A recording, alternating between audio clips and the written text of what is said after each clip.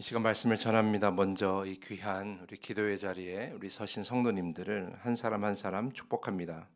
믿음을 가지고 아멘으로 응답하시기 바랍니다. 평안하십시오. 성령 충만하십시오. 오늘 말씀과 기도를 통하여서 세상 권위에 취하거나 우리의 마음을 쏟지 말고 유일한 왕이신 하나님만을 높이며 살아가는 여러분 모두가 될 수 있기를 간절히 축복합니다. 어제 읽은 여호수아 11장 마지막 그 말씀을 보면 이렇게 기록되어 있습니다. 이와 같이 여호수아가 여호와께서 모세에게 말씀하신 대로 그 온 땅을 점령하여 이스라엘 지파의 구분에 따라 기업으로 주매 그 땅에 전쟁이 그쳤더라라고 말이죠. 전쟁이 그쳤다는 것은 이제 하나님이 약속하시는 그 가나안 땅, 그 약속의 땅을 이제 이스라엘 백성들에게 지파별로 분배할 수 있다라는 것을 의미합니다. 물론 하나님께서 주시고자 하는 그 모든 땅을 다 완벽하게 정복한 것은 아니에요.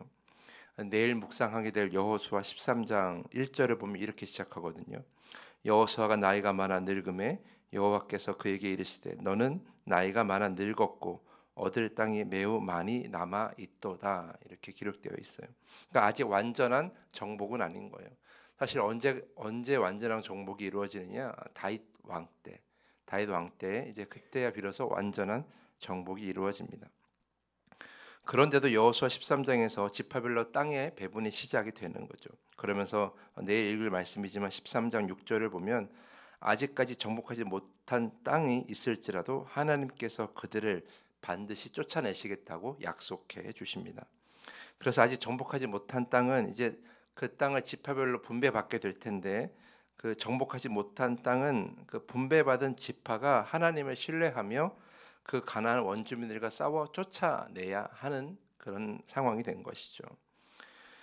그렇다면 오늘 본문은 어떤 내용이냐? 이제 땅의 분배가 이루어지기 전에 지파별로 땅을 분배받기 전에 모세와 여호수아가 이긴 나라들의 그 이름을 열거하는 그런 장이라고 할 수 있습니다. 이 본문에서 우리가 기억해야 할 것 두 가지가 있어요. 첫 번째는 오늘 본문 이전에 기록된 여러 가지 싸움의 그런 내용들이 있는데 전쟁의 기록들이 있는데 그곳에 나열된 나라들보다 오늘 본문에 기록된 지역이나 족속의 이름이 더 많다라는 거예요. 이것이 무엇을 의미합니까? 성경 안에 기록된 그 전쟁보다 훨씬 더 많은 전쟁을 여호수아와 이스라엘이 치렀다라는 이야기예요. 그만큼 치열하고 쉽지 않은 가나안 정복이었음을 우리는 알 수 있는 것입니다. 오늘 본문에만 열거한 것, 그러니까 여호수아가 이긴 족속만 31개라는 거예요. 그 당시 한 나라가 한 족속이 지금 우리 주변 나라만큼 크지는 않았을 거예요. 그런데도 31개라는 것은 정말 많은 것이죠. 여호수아와 이스라엘이 넘어서야 할 어려움이 참 많았다라는 것을 의미합니다. 그런데도 모두 다 승리한 겁니다. 한 나라 한 족속 한 번의 전쟁을 다 이길 수 있었던 것은 그 한 번의 전쟁을 치를 때마다 하나님께서 늘 싸워 이겨주셨기 때문이에요. 우리 인생에도 생각보다 많은 문제가 있습니다. 하나를 넘어서면 또 다른 문제가 보이죠. 그래서 이런 우리의 삶, 늘 반복되는 우리의 삶의 모습을 볼 때마다 답답하다라고 이야기를 합니다.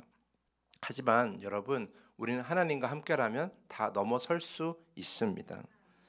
전체를 보면서 이런 인생의 답답함을 보면서 그냥 두려움만 갖지 마시고 부정적인 생각만 하지 마시고 우리를 도우시는 하나님을 먼저 바라보십시오.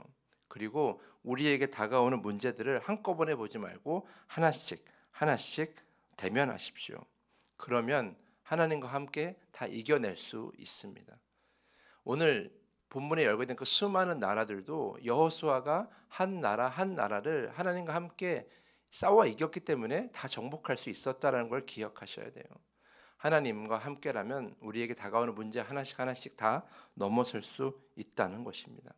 그렇게 넘어서서 오늘 본문처럼 우리의 인생을 뒤돌아볼 때에 내가 이렇게나 많은 어려움을 넘어서서 여기까지 왔구나를 깨닫게 된다라는 것이죠. 어쩌면 여러분들 인생을 지금 되돌아보면 오늘 언급된 31개의 나라보다도 더 많은 어려움과 고난들을 이미 넘어서서 오셨을 거예요. 그게 여러분의 힘만으로 가능했을까? 아니에요. 하나님께서 대신 싸워주시고 하나님께서 함께하여 주시고 하나님께서 힘 주시고 하나님께서 도와주셨기 때문에 여기까지 온 것입니다.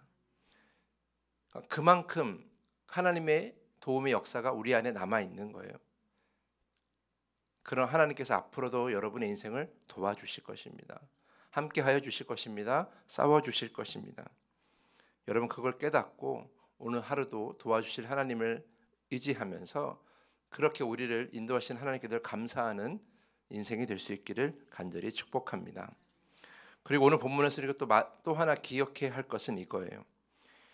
오늘 본문을 자세히 보면 점령한 지역이나 족속의 이름만을 열거하지 않고 그 뒤에 왕이라는 말을 계속해서 붙이고 있다라는 거예요. 예를 들어서 여호수아와 이스라엘이 여리고를 점령했다, 여리고를 진멸했다 이렇게 말하면 되는데 그렇게 하지 않고 여리고 왕을 이겼다, 여리고 왕을 진멸했다 이런 식으로 말을 한다는 것이죠.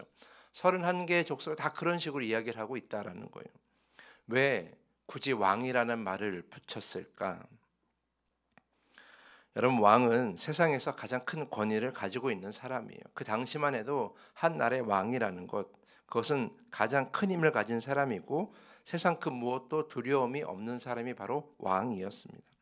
세상 가장 높은 곳에 올랐다라고 말하는 사람이 바로 그 당시에 왕이었다라는 거예요. 그 족속과 나라의 규모와 상관없이 한 나라와 한 족속을 대표하는 왕이라면 그 누구도 그 사람을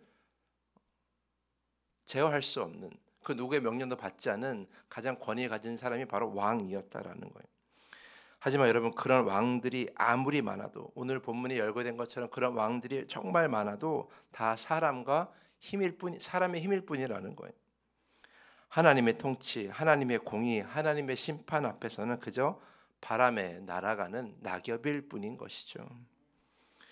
이스라엘 백성들이 수많은 나라와 왕들을 무찌르고 진멸하면서 깨달은 것이 무엇이겠습니까? 이 세상에서 오직 하나님만이 진짜 왕이시구나. 이 세상의 모든 왕 중에 가장 완전한 왕은 우리 하나님밖에 없구나 라는 것을 그들은 하나님의 힘으로 전쟁을 이겨나가면서 깨달았을 거라는 거예요. 우리도 이것을 깨달아야 합니다. 우리도 같은 것을 깨달아야 돼요. 지금도 세상에는 정말 많은 왕들이 있습니다. 자신이 가진 것, 자신이 잘하는 것을 세상 최고라고 여기는 그런 왕들이 있어요. 정치의 왕, 투자의 왕, 강연의 왕, 저축의 왕, 싸움의 왕, 소통의 왕, 판매의 왕, 이런 왕들을 서로 사람들 간에 서로 붙여주면서 서로의 가진 힘들을 서로 지켜 세워주고 거기에 취하도록 만들고 있죠. 세상에는 그렇게 많은 힘 있고 능력 있고 권력을 가진 사람들이 무슨 왕 이렇게 이름을 붙여가면서 자신을 높이고 있지만 여러분 그건 다 그냥 세상의 힘일 뿐인 거예요. 세상의 능력일 뿐인 거고 사람의 능력일 뿐인 거예요. 오늘 본문의 내용이 모세와 여호수아가 이긴 왕들의 이름이잖아요. 근데 이걸 반대로 생각하면 이렇게 말할 수 있어요. 하나님께 패배한 왕들의 이름이라는 거예요. 세상에 어떤 권위가 있든 어떤 힘이 있든 어떤 부러울 만한 모습을 살고 있던 어떤 그런 칭찬을 듣는 사람들이 있던지 간에 다 그런 사람의 동경을 받고 사람들의 부러움을 살 만한 삶을 살고 있다고 할지라도 그건 다 그저 사람일 뿐인 거죠. 다 하나님 앞에서는 아무것도 아닌 것들이에요. 그런 세상의 왕, 세상의 힘, 세상의 권위를 여러분의 삶의 목표로 만들지 마시라는 거예요. 그것들은 다 하나님 앞에서 다 무너지게 되어 있고 패배하게 되어 있어요. 그런 것들은 다 하나님 앞에서 심판받게 되어 있고 판가름 받게 되어 있어요. 그런 것들이 우리를 구원하는 것이 아니라 이 모든 창조물 중에서 가장 완전하신 왕이신 하나님만이 우리를 구원하신다는 것입니다. 그래서 우리가 해야 될 것은 세상에 그런 어떤 힘과 세상 권력과 권위를 가지려고 거기에 취하려고 우리가 무릎을 애쓰는 것이 아니라 온전한 왕이신 하나님만을 섬기는 그런 백성이 되게 해달라고 여러분이 기도하셔야 되는 거예요. 그것이 여러분의 삶의 목표가 되어야 되시는 것이죠. 그러면 가장 완전하신 왕이신 하나님께서 여러분이 세상에 주지 못하는 놀라운 축복과 은혜를 여러분의 삶에 부어 주신다라는 겁니다. 그것을 누리는데 여러분의 삶의 목적을 가지셔야 되는 거예요. 세상에 아무리 정말 너무나 부러울 만한 것을 가진 사람들이 많이 있을지라도 그건 다 하나님 앞에서는 아무것도 아니라는 거예요. 그것만을 의지하며 살면 오늘 패배하는 왕들의 이름 안에 우리의 인생의 이름을 올릴 수도 있어요. 하지만 우리가 하나님을 온전히 섬기고 하나님의 온전한 백성이 되겠다고 나의 인생의 오직 왕은 하나님밖에 없다라고 고백하는 인생은 패배하는 왕들의 이름을 올리는 것이 아니라 생명책의 이름을 올리게 되어 있는 거예요. 그런 여러분의 인생이 되길 간절히 축복합니다. 그렇게 온전한 구원을 이루는 여러분의 인생이 되길 간절히 축복하면서 오늘 말씀을 마치겠습니다. 이 시간에 더 깊은 기도의 시간으로 나아갑니다. 세상 권위에 만족하지 말고 주님의 자녀로 살게 하여 주시옵소서. 나의 힘으로 불완전하게 살지 말고 주님과 함께 완전하게 살게 하여 주시옵소서. 이렇게 기도하시기를 부탁을 드립니다. 우리 주님이 가르쳐주신 우리 주기도문을 함께 고백한 후에 더 깊은 기도의 시간으로 나아갑니다. 하늘에 계신 우리 아버지여, 이름이 거룩히 여김을 받으시오며 나라가 임하시오며 뜻이 하늘에서 이루어진 것 같이 땅에서도 이루어지이다. 오늘 우리에게 일용할 양식을 주시옵고 우리가 우리에게 죄 지은 자를 사하여 준 것 같이 우리 죄를 사하여 주시옵고 우리를 시험에 들게 하지 마시옵고 다만 악에서 구하시옵소서. 나라와 권세와 영광이 아버지께 영원히 있사옵나이다. 아멘.